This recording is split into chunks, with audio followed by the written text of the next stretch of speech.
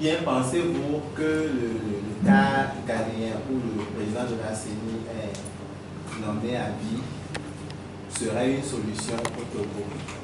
Merci. Il nous faut réellement faire des réformes institutionnelles importantes. La CENI aujourd'hui, elle est politique. Elle devait être technique. Ça a besoin de beaucoup de problèmes. On a vu comment est-ce qu'on nous dit que, tiens, les délégués ou bien les représentants d'un parti ont fait des manquements graves, on les démissionne nuitamment, et le lendemain, d'autres sont arrivés. On ne nous explique pas ce qui s'est passé. Manquement grave, ça veut dire quoi? C'est peut-être qu'ils ont mis trop de doublons, on leur a demandé 40%, ils ont mis 60%. Je ne sais pas. Ok, donc il faut absolument qu'on regarde tout ça de près. Il faut commencer par faire l'audit de ce fichier-là. Et si on trouve des manquements graves, des erreurs, si le tête doit tomber, que ça se fasse. Mais je pense que des réformes vraiment sérieuses doivent être faites pour que nos séries soient vraiment indépendantes. En tout cas, elle ne doit pas être en aucun cas politique, elle doit être technique. Ici. Il y a des questions ici ou pas? Demain là. Monsieur le Président, jusqu'à présent, vous donnez des explications enfin, qui ne me convainquent pas sur un plan. Okay. Vous avez dit, vous n'appelez pas au boycott, vous n'êtes quand même pas partisan du boycott. Mais vous n'avez pas déposé non plus votre candidature. Et vous ne soutenez pas en aucun, cas aucun candidat. Parce que vous estimez que c'est une parodie d'élection qui va s'organiser. Maintenant, on a vu des gens dénoncer, ils sont allés à la Cour de justice, ils ont appelé aux actions de la communauté internationale, tout ça là n'a rien donné. Maintenant, vous comptez pouvoir rester dans cette posture-là jusqu'à ce que les élections ne soient organisées finalement, et j'en suis très sûr d'ailleurs. Après ces élections-là, qu'est-ce que vous allez encore demander au peuple? Vous avez dit que ce soit une bataille, vous voulez une révolution, ou qu'est-ce que vous comptez exactement faire?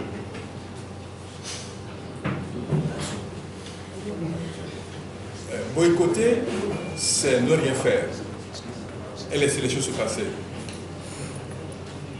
Ne pas boycotter, c'est dénoncer ce qui se passe et avec détermination se battre pour que ça s'arrête. C'est en même temps éduquer la population sur ce qui se passe. C'est pour ça que je vous ai convié ici aujourd'hui, pour que vous pouvez relayer mes messages à tout le Togo. Je voudrais que jusqu'à 5 à 7 les gens écoutent ce qu'on a fait ici aujourd'hui. Je voudrais que la diaspora puisse lire ce que nous disons ici aujourd'hui. Ce n'est pas que le travail ni la bataille de Albert Olympio tout seul. Si c'est ce que vous croyez, eh bien vous voyez.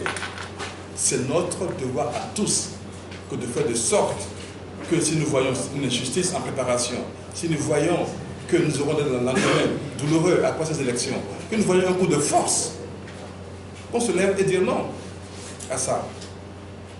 Évidemment, moi je suis obligé de rester légaliste et de passer par les voies légales. Mais entre nous, vous savez tous que le peuple est souverain. Le peuple décidera. Personne n'appelle le peuple à se soulever.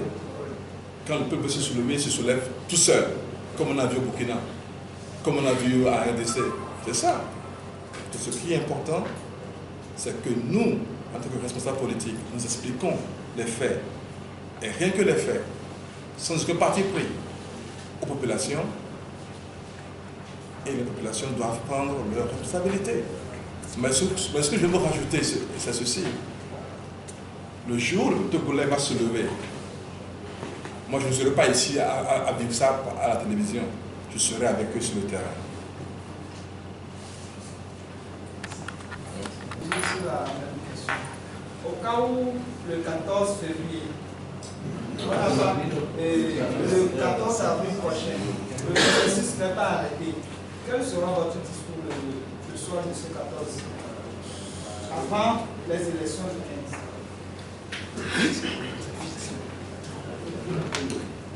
Tant qu'on n'a pas encore sifflé la fin du match, même si on est mené 5-0, on ne peut pas gagner.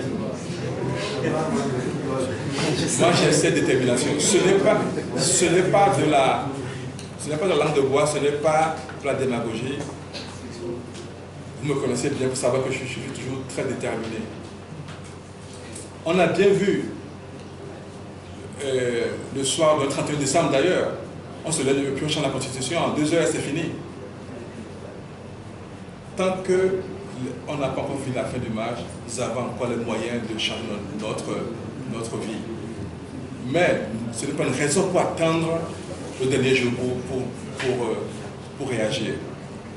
Alors je n'ai pas envie de faire un discours le 14 avril. Je veux que d'ici là, nous allons trouver une solution à nos problèmes. Oui, s'il vous plaît.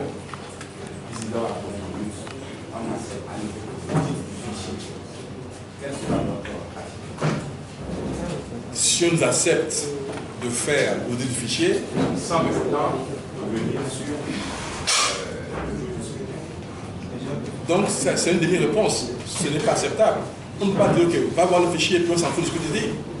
Ça veut dire quoi? Tu peux continuer à envoyer, on te donne un os et puis on continue. Non, je le précise. On accède à l'audit, c'est-à-dire qu'on a apuré et on a apuré toutes les inconvénients. Mais on ne peut plus proposer la date. Mais on ne peut pas le faire en un mois. Ce n'est pas possible de faire l'audit d'un fichier. Au Sénégal, ça a pris 6 mois de faire l'audit du fichier électoral. Et je ne demande pas 6 mois pour le Togo parce que on n'a pas la même taille.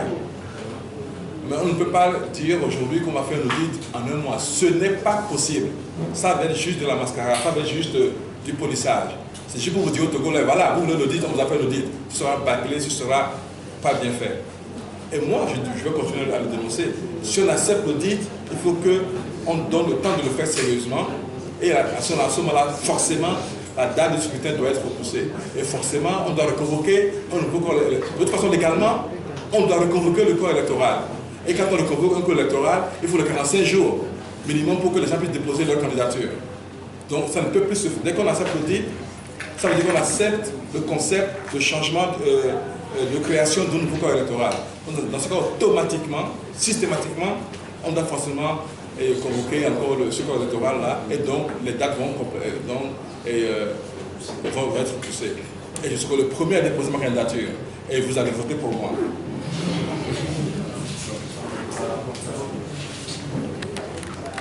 Rencontré l'ambassadeur de France qui vous avait demandé